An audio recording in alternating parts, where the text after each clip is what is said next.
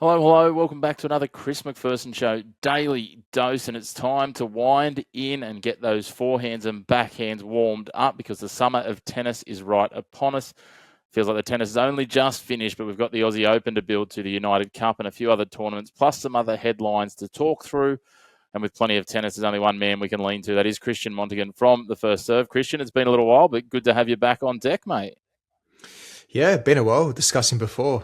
Forgot the last time we recorded one of these tennis episodes, but no, good to be back. Obviously, summer of tennis almost upon us. The new year just around the corner, so that means one thing: United Cup, Brisbane International, all these tournaments leading into the Australian Open. We get that first glimpse of the 2026 season, which is really exciting. It certainly is. And we've had I was going to call it an appetite whetter, but I think that's probably grossly overstating its significance, its importance, and its relevance. But we've had the battle of the sexes, speaking of Australian summer, and Nick Kyrgios, he hasn't been able to get onto a tennis court really with any significance for, I don't even know how long it's been now. It's starting to feel like he's not a tennis player anymore. He's just some sort of social media influencer, but he's got some acceptances into some tournaments over the summer, so we'll see if he actually gets onto the court for any significant amount of time. But he's played in this battle of the sexes against Aryna Sabalenka. He's won it 6-3, 6-3. I think, I've made it pretty clear there. My summation of it, it was bizarre, I think. It was just, I'm not sure that there's words that really describe it fittingly. Yeah, I'm with you. I mean, it was weird from the outset. I mean, this has been announced for months now. And to be fair, there has been a large hype, building up to this match. People were intrigued, but there is a lot of backlash right from the get-go. People comparing it to the Billie Jean King, match in 1973 where she won in straight sets, that famous Battle of the Sexes match.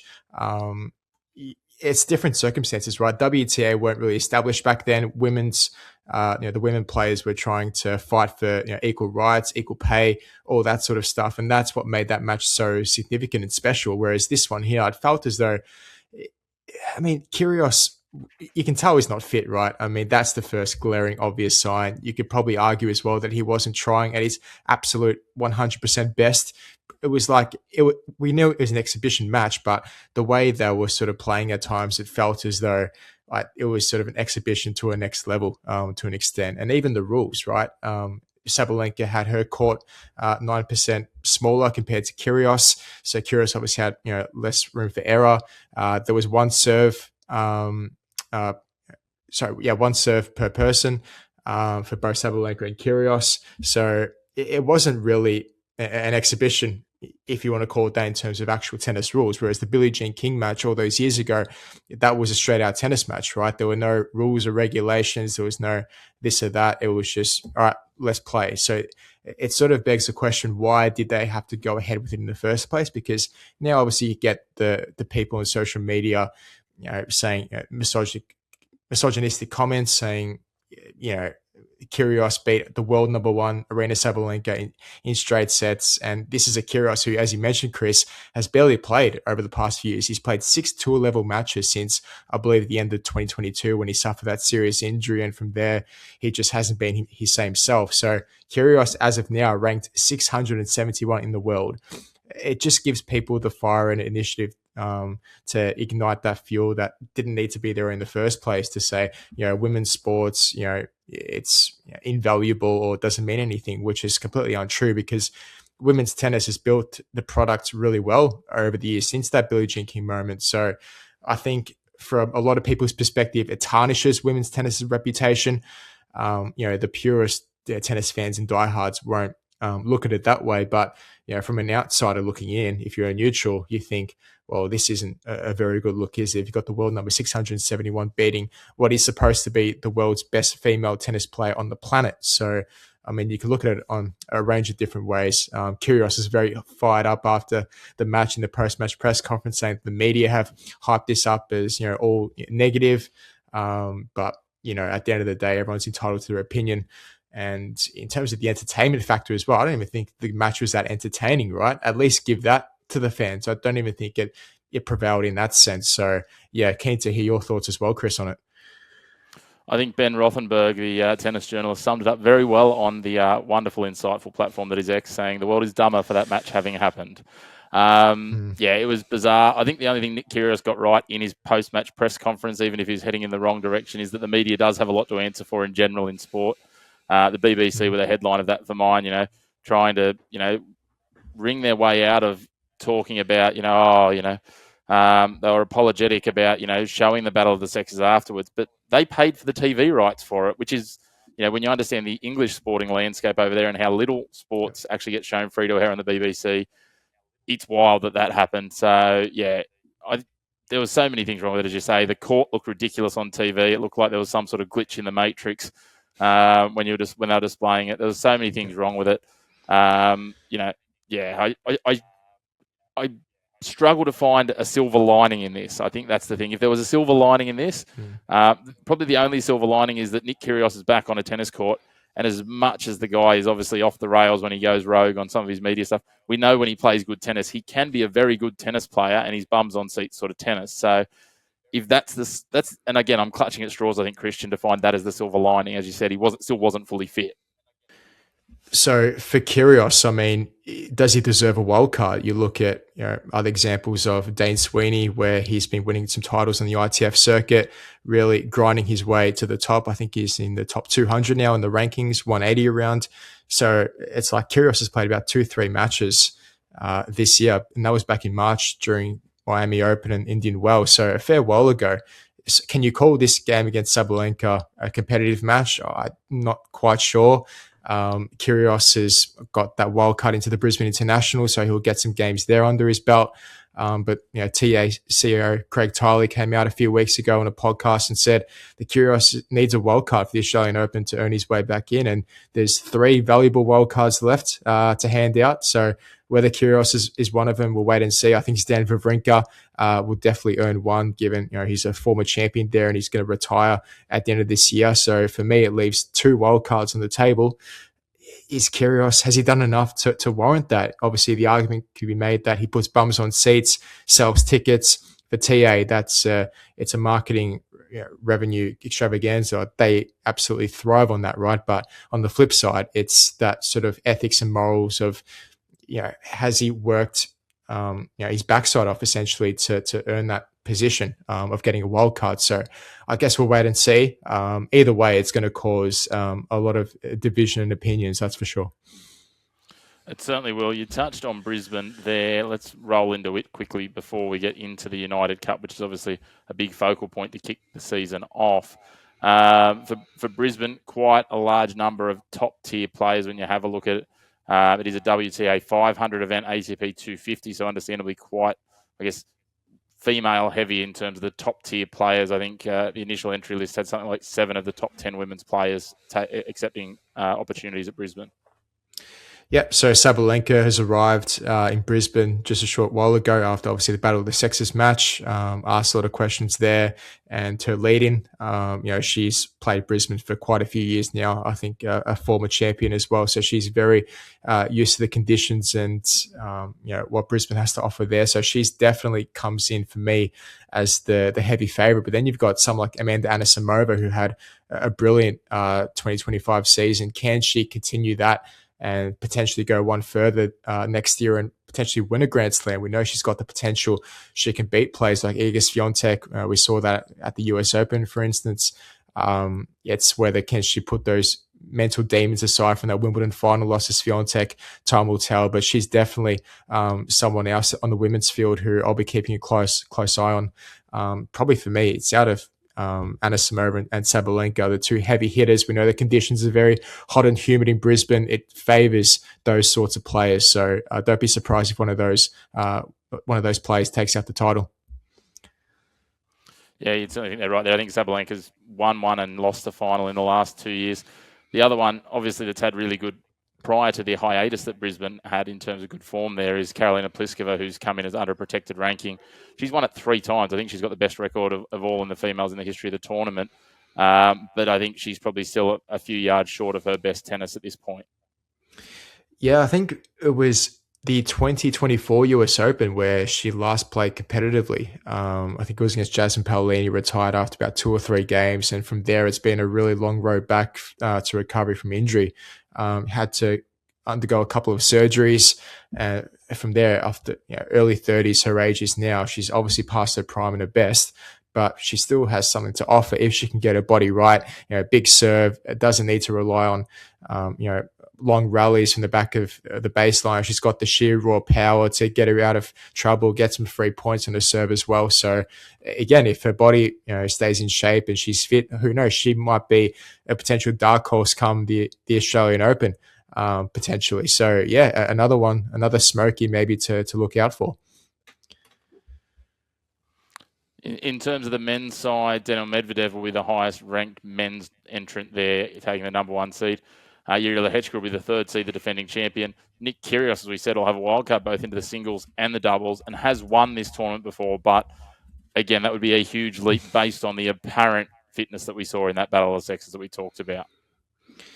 Yeah, I think Kyrgios will be just praying to get past the first round, in all honesty. Just get a win under his belt, because he needs all the confidence he can get, needs to get some match minutes in, because he's been obviously desperate for those match minutes. It just hasn't come because of these cruel injuries that have hindered him since, for the past 2 or 3 years. So I think any win is a good win for Kyrgios at this point. And again, for Kyrgios, you don't want to go, I know it's funny saying this, but you don't want to go too deep too early in one of these tournaments, because again, he's not match fit. If he happens to have a couple of easy matches to start off with, yes, it's good to get some good match practice, like I said before. But come the Australian Open, if you burn yourself out, we've seen with Alex de Minaur over the years, once you arrive to the Australian Open, sometimes you get so burnt out that you've got no energy left in the tank, and Kyrgios certainly doesn't have that. At this current moment without even playing a game. So I think the way he balances his schedule is going to be critical, because he is scheduled to play doubles as well alongside Thanasi Kokkinakis in Brisbane as well. They've been accepted as wildcards. So that's more matches for Kyrgios to have on his plate. So it's good and a bad thing at the same time. But onto other players, Daniil Medvedev, fascinating, right? Didn't surpassed the second round of any slam in 2025, which is quite remarkable given his record. Former Grand Slam champion at the US Open a few years ago. This is a player who's just completely fallen off the cliff, right? Change of coach, split with Jules Chavan about a few months ago, needed a fresh start. So yeah, for Medvedev, this is going to be, I guess, hit the reset button and see if 2026 can provide, a new lease of life, because at the moment it feels as though he's lost for answers a bit. It feels like the competition around him is starting to figure out his game, and he just doesn't know where to go. So I'm interested to see whether he tweaks his game style a little bit, whether that be, something on the serve. Does he come in forward to the net a bit more? Because he needs to try something different, because other players around him, I guess, have figured him out.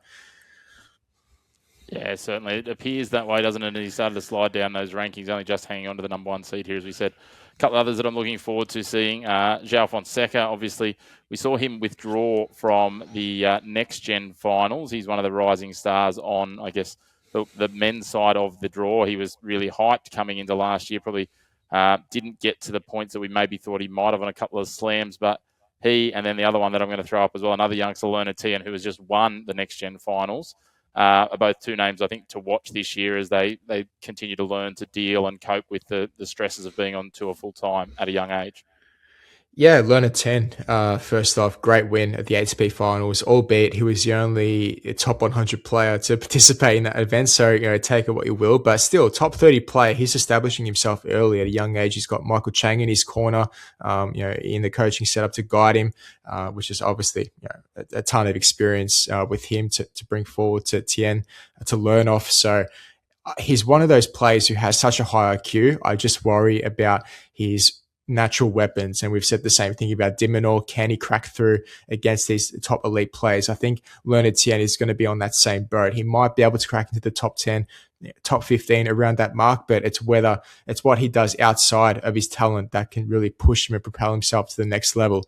Time will tell there. And then you've got João Fonseca as well, who I guess has been a bit inconsistent, you can say. Some people are saying you've got to give the kid time. He's only still a teenager. But again, there's so much hype around him. It's, has that sort of affected him in some way, that sort of pressure, the weight of expectation? Is he expected to perform better than he has been I don't know, maybe that has something to do with it because we know the talent, right? That game against Rublev where he wiped him off the floor in straight sets at last year's Australian Open 2025 was unreal. You thought, okay, this kid is going to be special. He's going to be competing with the likes of Yannick Sinner and Carlos Alcaraz at the top. It hasn't quite happened yet, but again, I'm leaning more towards the camp of you got to give him more time to adjust, settle, develop his game. And from there, I guess once that's all crafted, you can judge him from that sense. Yeah, 100%. These kids are still teenagers, right? Like, let's give them time and see what comes of it. But yeah, certainly looking forward to seeing Brisbane. Moving on, we go to the 2026 United Cup. Now, this is into another iteration of this. We've got six pools playing across two cities, so Perth and Sydney. So Group A, C, and E will all be in Perth, and we'll go through them in order. And then B, D, and F will be in Sydney. Win your pool or your group, and you go through to the quarterfinals. If you don't win your group, you need to be the best second place team from the three groups in the city you're playing in. So basically, 4 teams will make the quarters from Sydney, 4 teams will make them from Perth to allow for the travel and all those other things, because it's a long way spread in terms of 2 pools in one tournament. Outside of things like the Davis Cup, I don't think there's as much geographical spread in any tournament I can think of, Christian. Yeah, it's an interesting one. Perth and Sydney. What's that? 3 hour odd flight. So it makes sense for the runner-ups to be one from Perth, one from Sydney. I think that was the same case last edition as well. So yeah, the players are slowly arriving. Both to Perth and Sydney getting their preparation started for the new season. I think it's a great way to kick off as well, right? I think we've seen this tournament really establish itself as these players are really taking it seriously. It's not one of these exhibition matches where it's like it's sort of hard-hearted attempts. It's you're playing for your nation at the end of the day, and once you've got that, once you're playing for pride, I think that surely comes into the equation. So I think over time, the United Cup's only about 3 years old, somewhere along there. I think as time progresses, if there aren't any more changes, because we saw the ATP Cup was established before this tournament, then that got scrapped. So if the United Cup keeps building and building, I think you'll get to a stage where you'll get even more top players, maybe even an Alcaraz or a Sinner one day, who knows, maybe compete in one of these things, which will be obviously fantastic for the tournament. Yeah, it certainly would. I mean, we've got 2 of the top 3 women. We've got Alexander Zverev, who's 3rd in the world in the men's. But just to take a step back, the way the acceptances went for this, you could nominate as a country based on the combined ranking of your top 2 players, a male and a female, the individual ranking of a male or a female. So the top 5 nominated women, they basically came straight in. So when we have a look through the rankings for them, Iga Swiatek got Poland qualified, Coco Gauff got the US qualified as well, and then we go down that list, Jasmine Paolini for Italy, etc. We then have a look, same on the men's, the top 5. The asterisk on that will be Great Britain, obviously, because they came in based on Jack Draper's ranking. He has had to withdraw as he's skipping the whole Australian swing.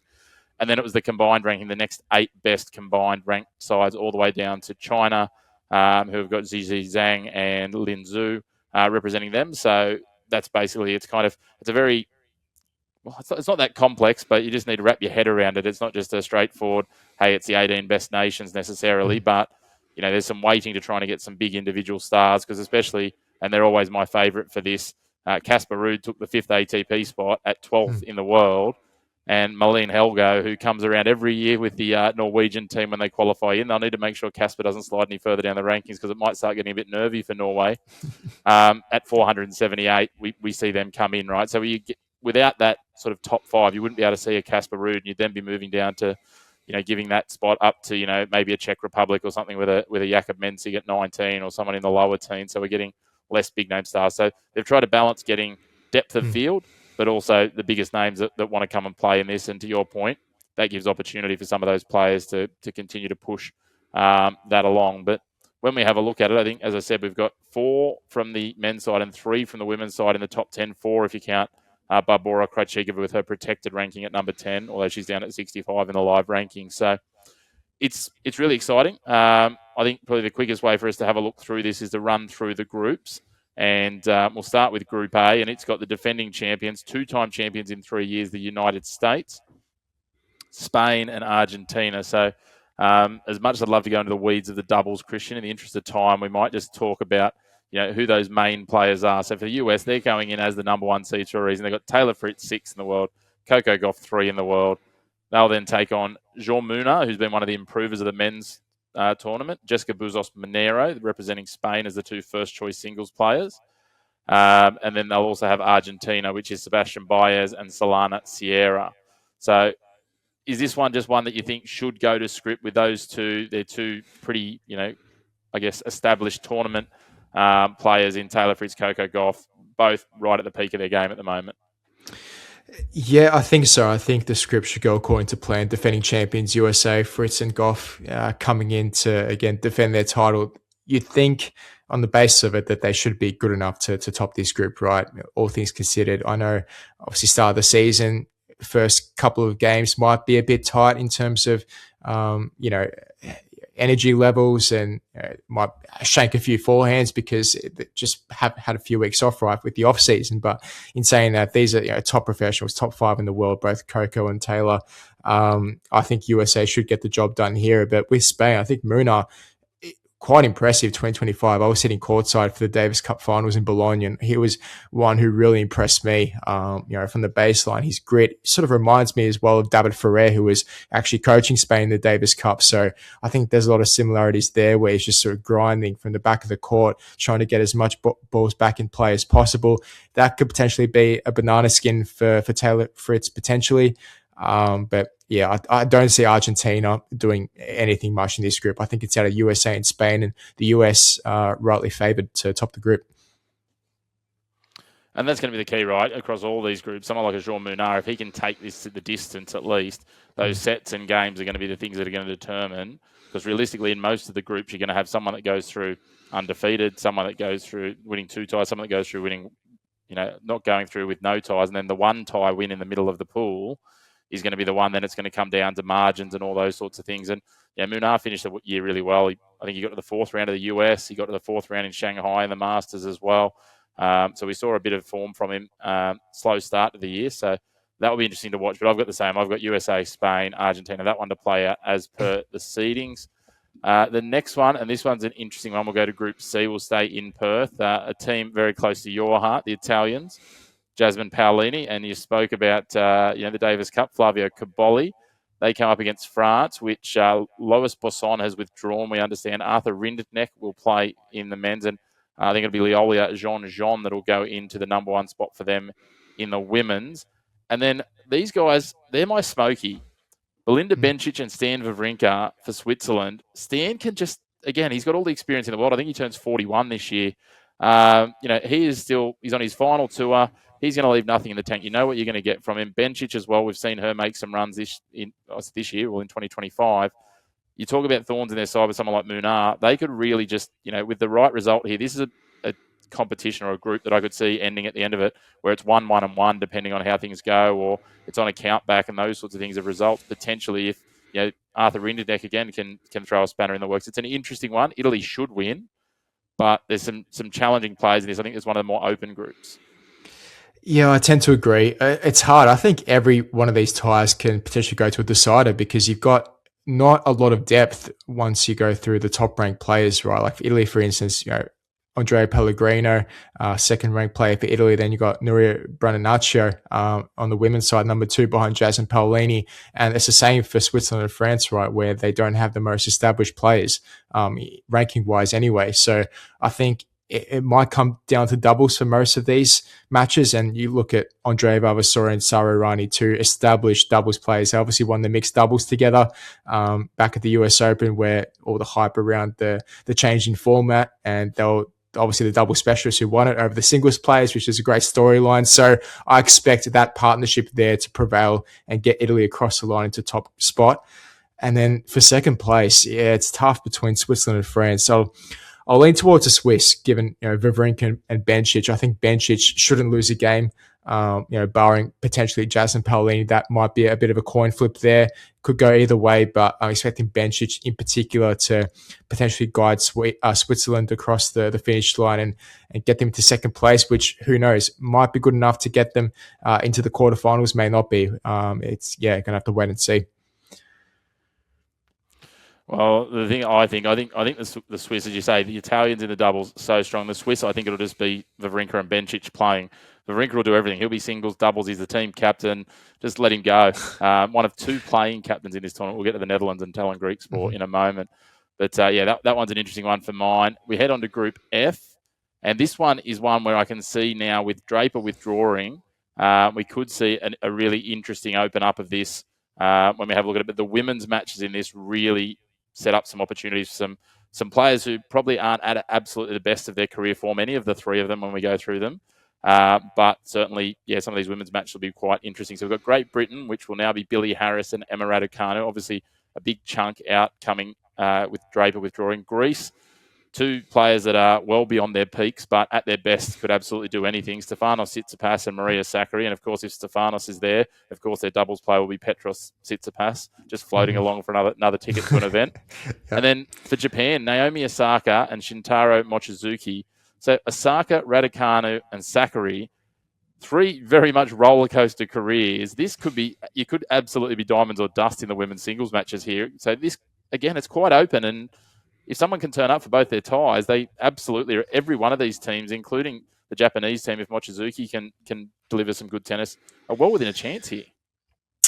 This might shock you. I'm going to go for Greece to top this group. I think their experience given in past tournaments, you mentioned Petros along for the ride as well in this tournament too. He's been there for the past couple of editions. I think they just have a well-built-in chemistry, right? They just love playing in these, these national events, playing for your country. Sakkari, yes, a lot of downside to her game over the past couple of years, but I don't know. It's just something about representing your country when it comes to someone like Sakkari and Tsitsipas, where they just they just perform, and I just think this group is so evenly poised. You mentioned Jack Draper dropping out. I think that's a massive key for me to, I guess, peg down Great Britain into potentially second place, because with Draper, a fully fit Draper definitely tops his group with Emma Raducanu. You don't see any sort of weakness there, or they shouldn't be losing too many games considering the form of, for example, Tsitsipas and Sakkari,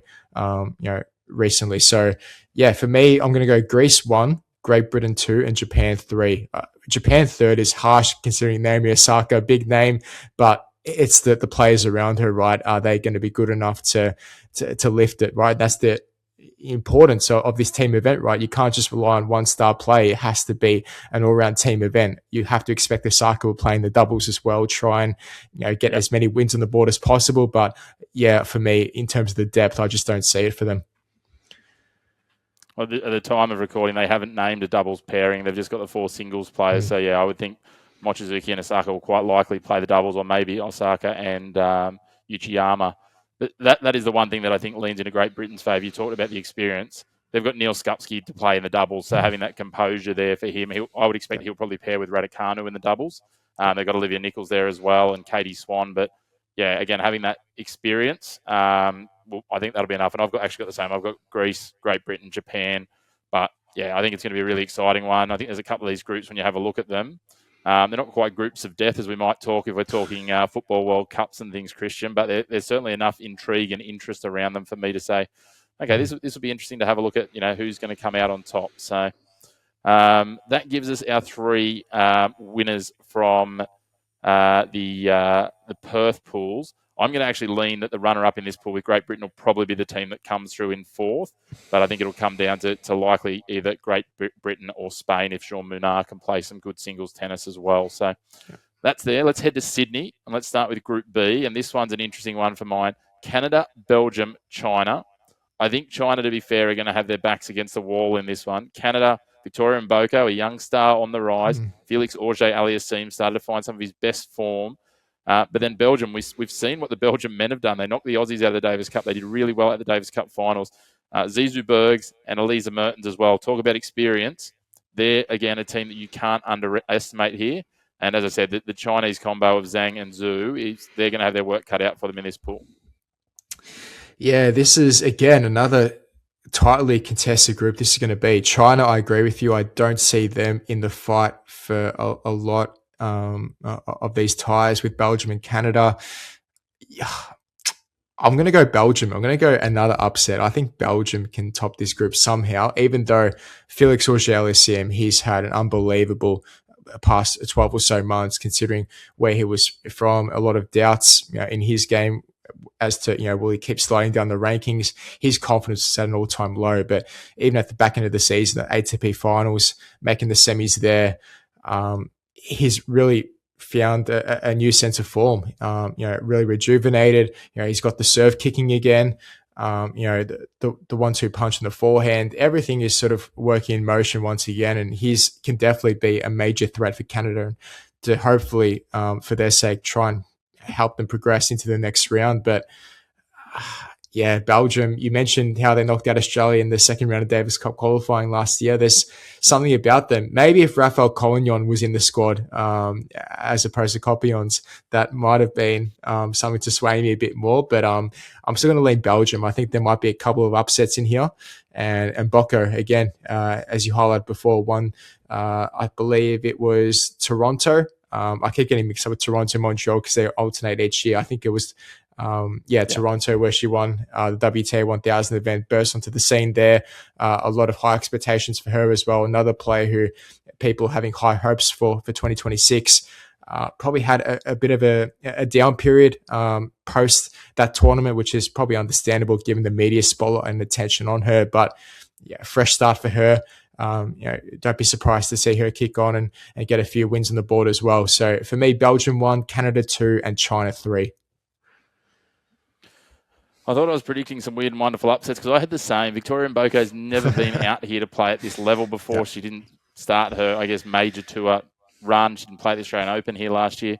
Elisa Mertens, though, all of the experience in the world. Her best results, both in singles and doubles at Grand Slam level, have been at the Australian Open. She's won the Australian Open twice in doubles. She's made the semi-finals here in singles.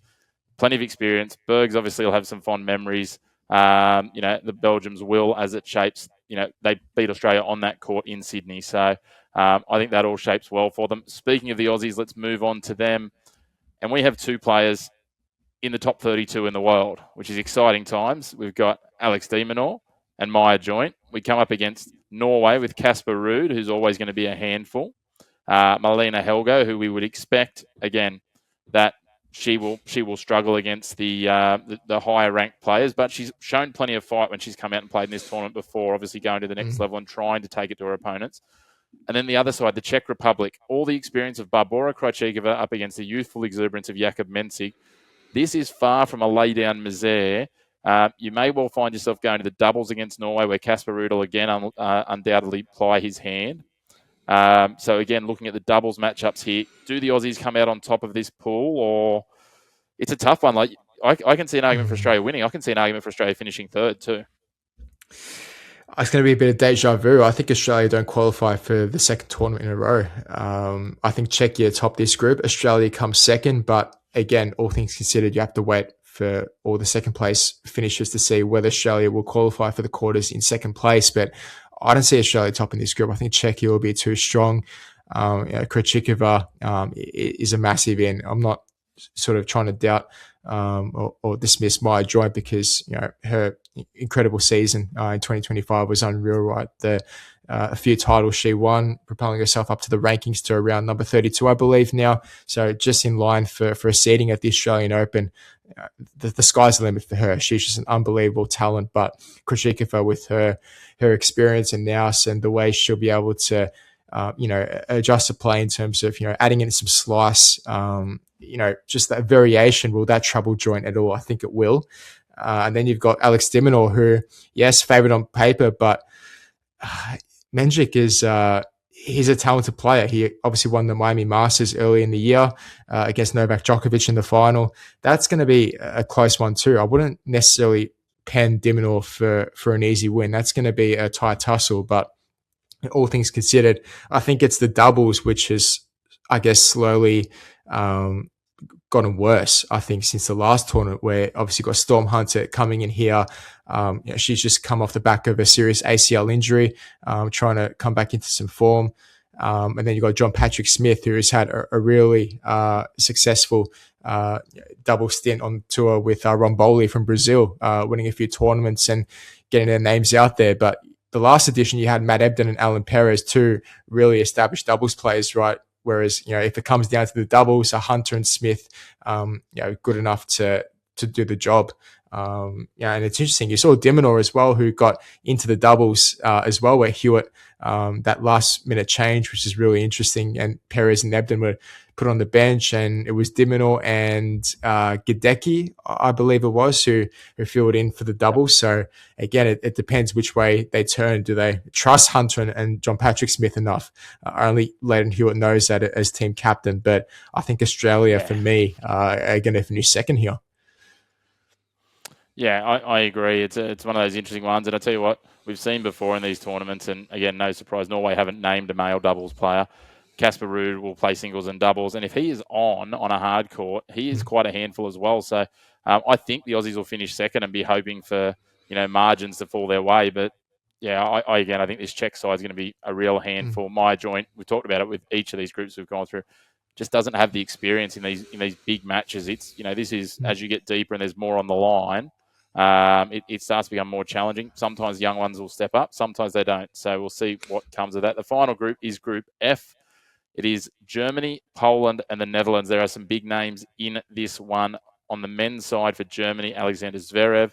They'll then have the choice. Eva Lees will be their highest ranked singles player, but they'll also have Laura Siegmund, who's always just a bit of a wild card in anything that you play against. Whenever you see, she's always a name I look for when the first round of a Grand Slam draw comes out. I'm like, who's got Laura Siegmund? Because she's just a spanner in the works. You've then got Poland with Iga Swiatek and Hubert Hurkacz. These guys will play in Germany's second game. This is a replay of the final from 2 years ago, where a number of these players would have been involved, 3 out of the 4, I think, from memory. So that's interesting. And then you've got the Netherlands, and no disrespect to their captain and number one singles player, Talon Griekspoor, nor Susan Lemens, but I feel the Netherlands are probably making up the numbers a little bit like China earlier. I'm with you as well. I'm torn between Poland and Germany to top this group. I'm trying to work in my head all the different permutations, scenarios, who's going to win which game. It's going to be close. I mean, if I had to say one team to top the group as of now, I'd probably lean Germany, just given Hubert Hurkacz, his form hasn't been of the best of late, given he went through surgery, I think post-Wimbledon. He's been struggling a bit there. It's probably have to rely more on Iga Swiatek to get the job done, which you can't see her losing a game realistically on paper.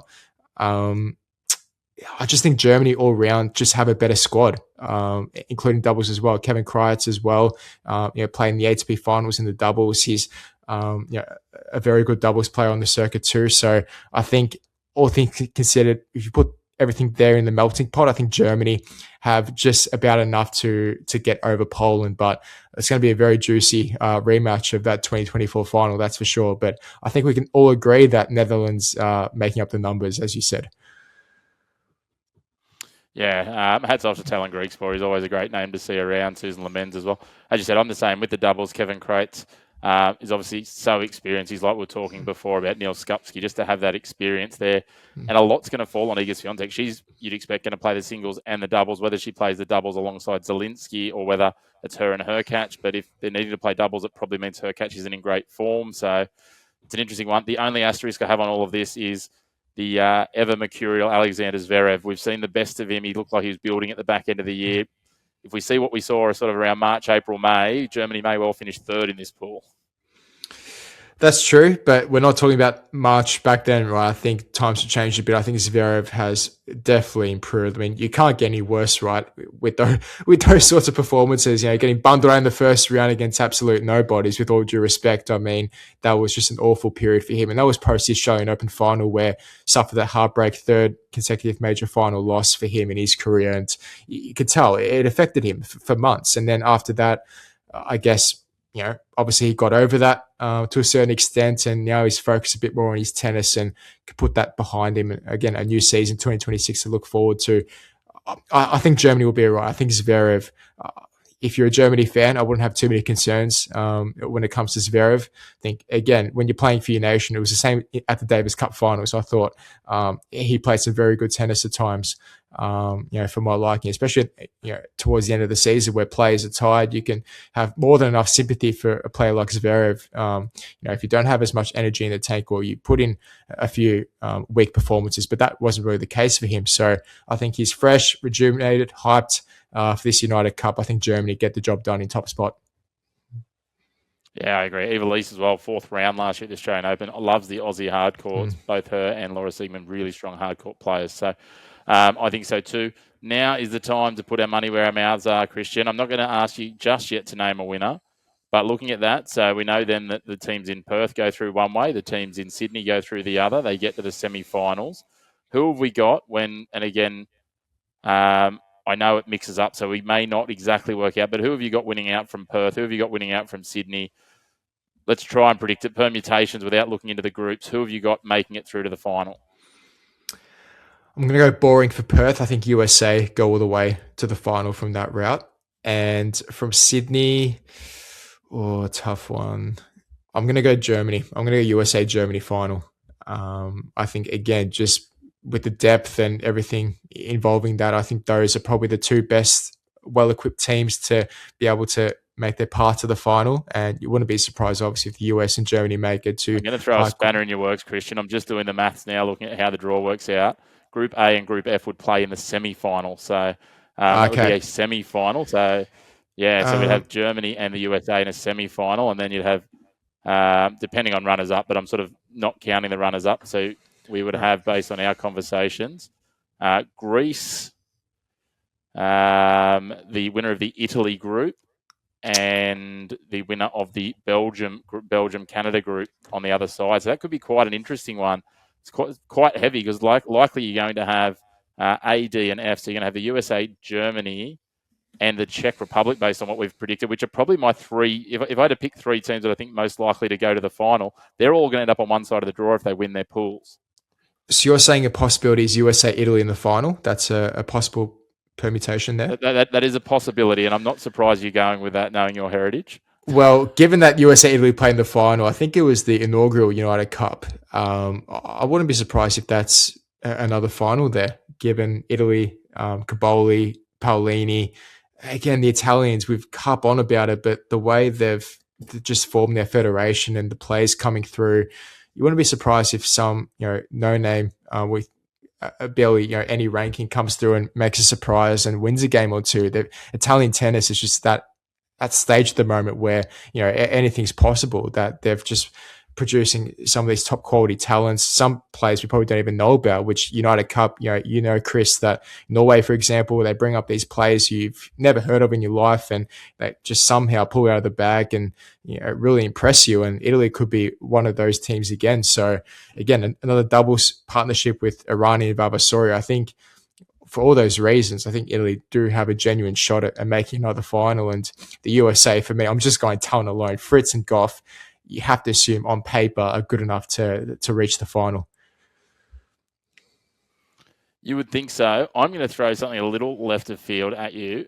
The best Sydney runner-up will be the team that will play the USA in the final. Because of the way the draw plays out, that's how I see it playing. So I've got that as either Canada or Poland. I'm going to go Canada to limp through, and then Felix Auger-Aliassime and Victoria Mboko to drive them through the quarters, into the semis, and into the final. USA-Canada final, and the US will continue. As I said before, what has been a dominant run so far. They've won 2 out of the 3 titles so far. They beat Italy in 2023, as you said, and then beat the Polish last year. So USA to make it a 3-peat. Or alternatively, as you said, the Germans are a good chance as well. But I'm going to go, I think that side of the draw, Germany, USA, and Czech Republic, that's the quarters and semis might be a bit more exciting than the final if that's the way it plays out. Yeah, for sure. I definitely agree. We'll have to, I guess, wait and see. But the main thing is Australia's not in that. I think that's the big key, right? If they don't progress past the group stage again, I think that's massive, not only for the team, but for Alex de Minaur in particular, because I think in the lead up to the Australian Open, he needed more matches, right? They got knocked out early in the group stage, and you saw after his loss to Sinner in the quarterfinals, post-match, someone asked him, are you going to consider playing in the 2026 United Cup? And he said, look, I'm going to have to sort out my plans and really think about it. So I was actually a tad surprised that de Minaur put his hand up to play in this event, but at the same time, no, because we know de Minaur and he just loves to represent his country, right? He bleeds green and gold. So from that perspective, not so surprised. But if he wants to try and beat the likes of Sinner and Alcaraz at these Grand Slam events, he needs to make sure that his body is in top condition and that he's playing enough games possible to put himself in the best position to do so. So, another interesting sort of dilemma to look at there as it unfolds. Looking at the permutations, the best thing that could happen is the Aussies narrowly fall second in their group, and then maybe they advance through for a USA-Aussie final. That could liven things up. But it sounds like we're both leaning to the USA to get through. You've got Italy. I've got them playing Canada. So we will wait and see. We'll be back in a couple of weeks as we lead into the Australian Open. I'll then be dropping daily doses across the Australian Open. As always, though, Christian, if people want to check out more of the tennis news across the world, yourself and the team at the First Serve have it all happening on your social media channels on Facebook and on the website.